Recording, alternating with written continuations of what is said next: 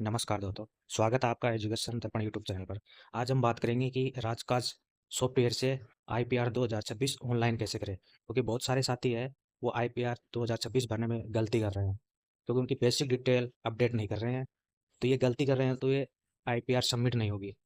तो इस गलती का हम आज पूरे वीडियो में जानेंगे कि कौन सी गलती नहीं करनी है अपन को, जिससे आईपीआर अपना सफलतापूर्वक भरा जा सके। तो आइए शुरू करते हैं, आईपीआर कैसे ऑनलाइन करें। सबसे पहले गूगल क्रोम में जाके एसएसओ आईडी लॉगिन टाइप करेंगे। एसएसओ लॉगिन टाइप करने के बाद उस पर क्लिक करके हम इस पेज पे आ जाएंगे, जिसमें लॉगिन और रजिस्ट्रेशन दो ऑप्शंस आ रहे हैं। सबसे पहले लॉगिन में जाके अपनी एसएसओ आईडी और पासवर्ड डाल के कैप्चा डालेंगे। कैप्चा डाल के लॉगिन करने के बाद हम बहुत सारे ऐप्स खुलेंगे।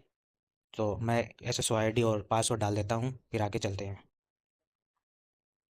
कैप्चा डाल के लॉगिन करने पर ऐसा पेज खुलेगा, जिसमें ऊपर अपनी एसएसओ आईडी आएगी और इसमें बहुत सारे ऐप आएंगे। अगर किसी साथी के राज का आईपीआर अगर नहीं है, तो वो अदर एक्टिव ऐप्स में क्लिक करेंगे। अदर एक्टिव ऐप्स में क्लिक करने के बाद उन सभी ऐप में राजकाज आईपीआर अचल संपत्ति विवरण वाला टैब है, उस पर क्लिक करेंगे।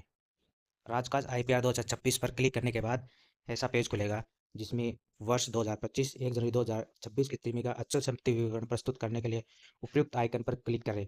अगर हम पिछले वर्षों की आईपीआर देखना चाहें तो नीचे एक ऑप्शन और आ रहा है, पूर्ववर्ती वर्षों के अचल संपत्ति विवरण देखने के लिए क्लिक करें। यहाँ क्लिक करें, इससे क्लिक करके हम पिछले वर्षों की सारी आईपीआर है वो देख सकते हैं। अगर इस जनवरी 2026 में इस आईपीआर भरनी है, तो आईपीआर 2026 जो आइकन दिख रहा है आपको, इस पे क्लिक करेंगे। आईपीआर के आइकन पर क्लिक करने के बाद ऐसा होम पेज खुलेगा, जिसमें वेलकम टू राजकाज होगा। Select public service representative category you belongs to. इसका मतलब है कि अपने को इसमें से सेलेक्ट करना है। जैसे गवर्नमेंट एम्प्लॉय है तो गवर्नमेंट एम्प्लॉय वाला टैब इस पर टिक करना है। ऑटोनोमस बॉडी है तो इस पर करना है। जुडिशरी रिप्रेजेंटेटिव है तो इस पर क्लिक करना है। तो अपने केस में जैसे गवर्नमेंट एम्प्लॉय का भर रहे हैं, तो गवर्नमेंट एम्प्लॉय वाले पे टिक करेंगे। टिक करने के बाद नीचे गेट स्टार्ट पे क्लिक करेंगे। गेट स्टार्ट पे क्लिक करने के बाद ऐसा पेज खुलेगा, जिसमें पर्सनल इन्फॉर्मेशन और सर्विस डिटेल दो ऑप्शन आएंगे। पर्सनल डिटेल में अपनी एसएसओ आईडी आएगी। गेट डाटा फ्रॉम जैसे एसएसओ से आया है, इसमें अपना नाम इंग्लिश में और हिंदी में आएगा, दोनों चेक कर ले। और date of birth, gender, email ID, mobile number सब चेक करने के बाद फिर सर्विस डिटेल देखेंगे। सर्विस डिटेल में जॉइनिंग टाइप क्या है, डेजिग्नेशन कैटेगरी क्या है, प्रॉब्लम डिपार्टमेंट क्या है, सर्विस रूल नेम क्या है, सर्विस क्लासिफिकेशन क्या है, डेजिग्नेशन है, एम्प्लॉय टाइप है, गजेटेड है कि नॉन गजेटेड है, एम्प्लॉयमेंट टर्म क्या है, सर्विस जॉइनिंग क्या है, करंट पोस्टिंग ऑफिस क्या है, बेसिक पे क्या है, डीडीओ कोड क्या है। नीचे फिर अपॉइंटमेंट डिटेल आएगी, जिसमें अपनी employ ID, first joining, retirement की डेट आएगी।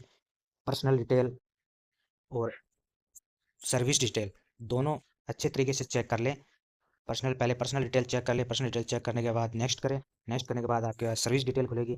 सर्विस डिटेल को भी अच्छे तरीके से चेक कर लें। सब सारी एंट्री एकदम करेक्ट करने के बाद इसको सबमिट वाले बटन पर क्लिक करके सबमिट कर देंगे। तो इस प्रकार आईपीआर भरने से पहले पर्सनल इंफॉर्मेशन और सर्विस डिटेल अच्छे तरीके से चेक करें, उसके बाद ही आईपीआर भरें। और एक लाइक और सब्सक्राइब जरूर करें। अगर किसी प्रकार की कोई दिक्कत हो, कमेंट सेक्शन ऑन रहेगा। Thank you.